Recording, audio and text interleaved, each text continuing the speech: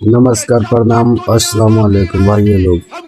कल देखने को वीडियो मिला है कि श्री नीतीश कुमार 108 श्री नीतीश कुमार एक मुस्लिम लड़की को हिजाब खींचते हुए दिखाई दे रहा है पूरा मंच पे सामने।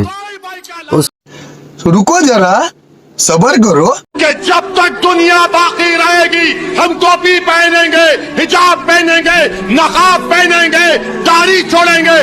कोई भाई का लाल हमको नहीं रोक सकता इंशाअल्लाह ताला। कोई भाई का लाल नहीं रोक सकता।